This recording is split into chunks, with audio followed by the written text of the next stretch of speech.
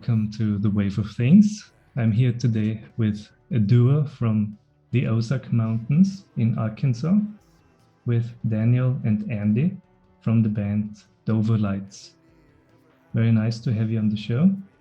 Was very looking forward to this. And I think thanks for having us. We will have a great talk. Before I had contact with Daniel, I didn't know about the Ozark Mountains. Then I looked it up on the internet. And this is maybe a place I would like to go one day. Andy lives kind of at the foothill of the mountains.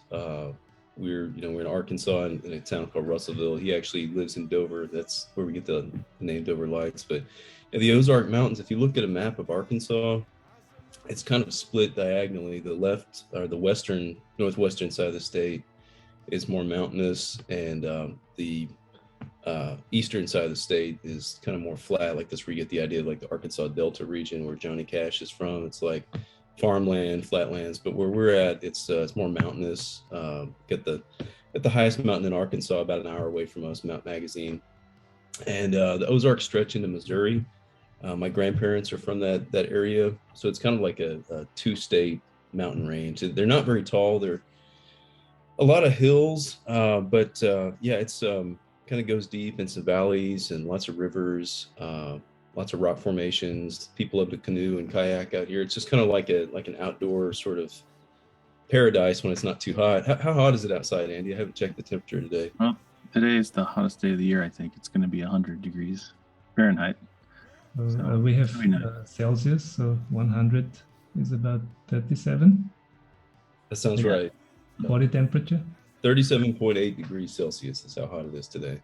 I was going to say, where we live, there's a river that cuts through the mountains, and it causes it to be a lot more humid. And so it's kind of, there's not much fun to be had outside right at the peak of summer. It's just so hot and humid. It's a nice experience. It's like a sauna outside. I'm building a studio on my land here, and it just happens to be the hottest part of the year. So I'm having to learn how to embrace the heat. Yeah. So Andy, you are from the city or town of Dover. Mm-hmm. When I first heard the name Dover Lights, I thought it's the English Dover, the coastal city. Could you explain, please, what the Dover Lights are? A little north of where I live, the valleys in between the mountains kind of go up with all the tributaries that feed into the river. And if you go past north of Dover, there's a nice little valley there, and there's an overlook. And when you look out, just about every night, you can see these lights that kind of just show up. They flicker on and off, different colors. Sometimes they move a little bit. They're not predictable as far as like what time they show up, but sometimes there'll be a light display basically, and other times you'll just see a flicker here and there. And people don't really know what it is. People have gone down to kind of explore it, investigate it, and can't come up with any concrete evidence of why those are there. So there's lots of theories, lots of supernatural theories. I guess there's a few like swamp gas theories that are like, oh, it's just, some strange phenomena that just happens to be, right there. But it's interesting. It's nice to be near something that, is hard to explain and hard to understand. It's humbling, I only later found out that there's also a TV series, Ozark. Is it any good? I have no idea about it. I haven't seen it. I've never seen it either. No, I've heard good things. Jason Bateman is in it. He's the lead, and I heard he does a really good job. But I'm not sure how it reflects the actual life of the Ozark people. But who knows? It's interesting that both of you haven't watched it. We have a similar situation with. Do you know the film The Sound of Music? Yes. Yeah. See, you both know it. It's about Austria. I'm an Austrian and I don't know it. My dad, it's like his favorite movie, so we watched it every year. Yeah, we always watch that. Yeah, I had not seen it until I was an adult, and it's really popular in the United States. I saw it when I was 25. My wife took me to see it in the movie theater. They re-released it in theaters, And I'm not a big fan of musicals. I don't really get into them, but when I saw it, I was like, yeah, it's a good film. It kind of brought a little tear to my eye at certain points. Like the music in the theater was just kind of engulfing. It's like, whoa, what is this? It's good stuff. So. In January this year, you released your debut album, and I was really fascinated by this release, not least because of my two favorite songs, Three Women, your first single, neo-folkish dark folk song, very nicely done, with a 12 string. And the second one was Memory Dissolves, like a classical post-punk track, but it felt fresher to me than many other releases nowadays. Yeah, the record just came out on vinyl.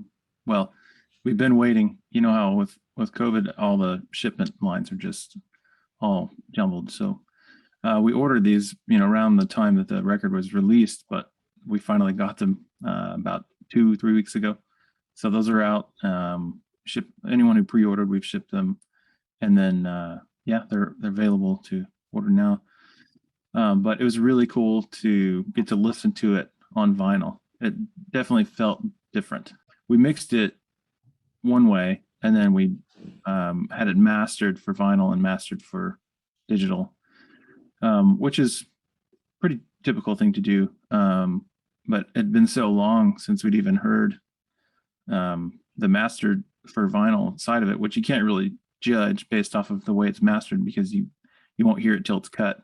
So when we finally got to hear it pressed on vinyl for our test pressing, I was satisfied. I thought it sounded richer even than the digital, because there's just more room for the like lows just typically sound better.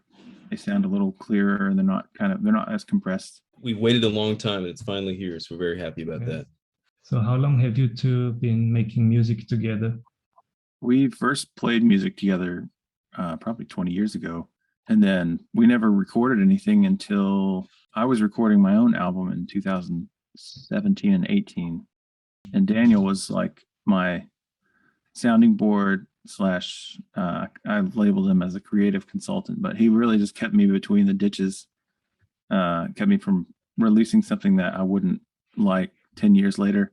That was the first time that we did any kind of studio work together, and Daniel was kind of like the bird's eye view, which is super important and hard to find somebody that's willing to do that. So when it came time to work on something else, Daniel started working on what became Memory Dissolves. I think it was the first thing we recorded together, like when I played on a song that you were writing. Isn't that right, Daniel?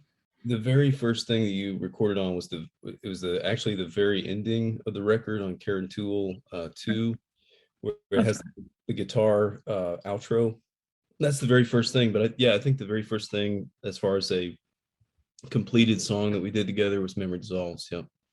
Well, there's one of the things that's different, in my opinion, about Memory Dissolves is, I guess, different compared to typical post-punk, is that the guitar line is really nondescript. It's just kind of a soundscape. And that was I don't know what we were doing, but Daniel had just like played the drum beat on Logic, and I just started just making these cat-like guitar sounds, and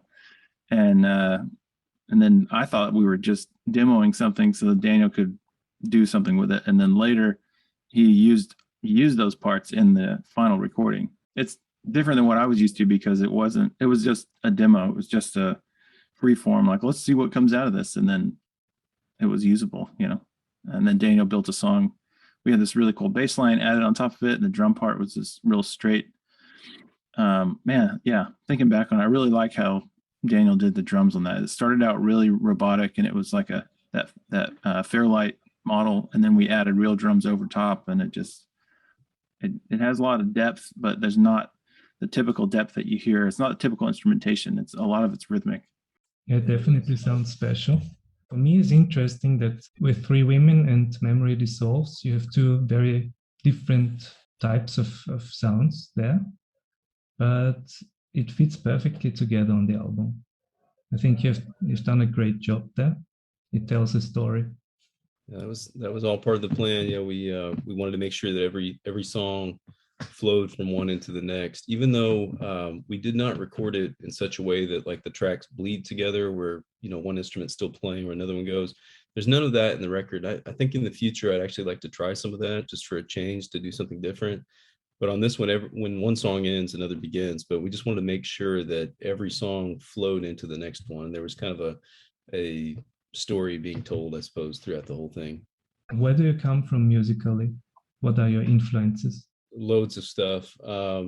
Growing up as a kid, my dad was really into classic rock and 1960s, 70s music. And then when I got older, I started listening to jazz on National Public Radio at night. I like to listen to that when I would drive around. And then I guess when I was a late teens, early 20s, I started getting into music that my dad and my family members didn't enjoy. I started getting into 80s music from the 1980s.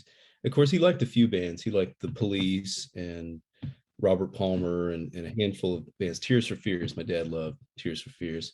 But yeah, I started getting into kind of the underground bit of the 80s, a little bit of goth, 4AD records. I really started getting into that. My dad and I, from that point, we differed a lot musically. He couldn't stand to listen to goth, so or post-punk, Joy Division, those sorts of things.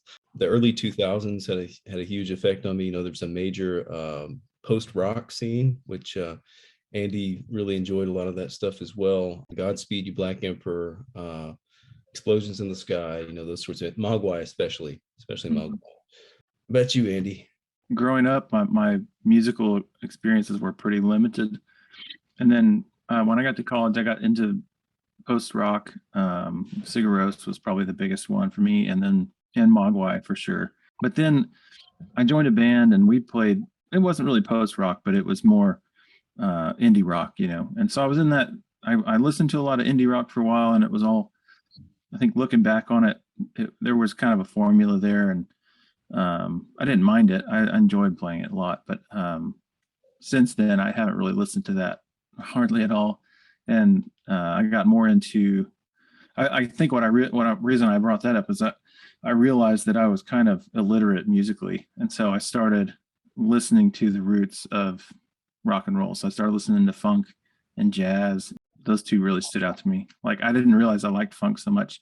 And then I started listening to like Chicago and yacht rock. And that's been more recent. Like I embraced liking that in the past few months. I'm like, yeah, I do like this. I'm just going to like really soak it in and get the gold out of it. It's been more intentional the past probably decade, where I've sought out music and listened to specific things instead of trying to be really critical about what I was listening to. I was just trying to base it off of like how I felt in response to what was happening. And so that's kind of where I landed. But all that to say, I don't write music that has that hardly at all, but I appreciate it when I hear it. And that explains why you sound different from other bands in this genre, because you have so many different influences. There's a certain formula also, as you said, Andy, about indie rock. There's definitely also a darkwave formula. Many people like this, no? They like that something sounds like Joy Division, the vocals, or like Suzy Sue. There's nothing bad with this. It just depends on what you're looking for in music. Yeah. I found myself listening more to industrial music recently because I find more innovation there. I listened a lot to progressive rock in the past. So nice. I was really into prog rock in college, like Dream Theater and Yes and Rush. I still like Rush quite a bit. Yeah, Rush awesome. Yeah, I think in the 70s, it was very popular in the, I guess, late 60s to the late 70s. I think people were just more open to listening to an entire album. That's what we tried to give our listeners with the Dover Lights debut record. Was we wanted them to experience something as in its entirety, but at the same time be able to take individual songs and, home in on an individual song and enjoy that. But yeah, I think that prog rock in the 70s, I think people's ears were more attuned to nuance, and they were just in for a whole album experience, and that's what prog rock gave them. That's kind of my opinion on it. If you could choose only one band or one musician to listen to for the rest of your life, who would that be? I was asked this question recently. It is very mean. to have someone with a back catalog that's pretty extensive. Yeah. I don't know. I think probably for me, U2. You know, a lot of people like to talk crap about U2 because they get so political and you know, they kind of are outspoken, but I don't know, those early albums, even like the first three, are almost enough. You know, they just kind of go through certain I don't know, just so many emotions. And then once you combine that with like The Unforgettable Fire, Joshua Tree, and then Octung Baby, it's just, there's just so much to listen to. Now after Octung Baby, I don't know, I think I could probably not get away with not listening to those records, but anything like early 90s back, yeah, I think I could listen to U2 quite a bit. And you, Andy? This is a real cheesy answer, but probably Radiohead. Ooh, that's a good one. Okay. I really like how their style has changed over the years. I go back and listen to the Bends a lot. I really like that sound, that like 90s rock. They were really pushing that sound to a new place, you know, and I think that album is a reason that 2000s sounded like they did. And then they changed it again in 2007 with In Rainbows. I love that album. One of my, I think I did a top 10 album last year. Everyone was doing top 10 album lists. I think that was my number one. My answer to this question was Nick Cave. Oh, nice. Because first he had the Gothic band, The Birthday Party, then his solo stuff with the Bad Seeds, some soundtrack stuff, and this garage rock band, Grinder Man. So I think it gives a lot to listen to. Yeah, well, that's good. Yeah, the Birthday Party, man. Like, if you ever want some good workout music, it's good stuff. Yeah, just put on Nick the Stripper and run until your heart's content. So Andy, Daniel, very nice talk. So I wish you all the best for your music. I hope you're working already on new music, because I want to have more. Give me more. You got it. Okay. Coming your way. We're working on it right now. So all right. Thank you very much. Bye-bye. Thank you. Thanks for having us. Vielen Dank.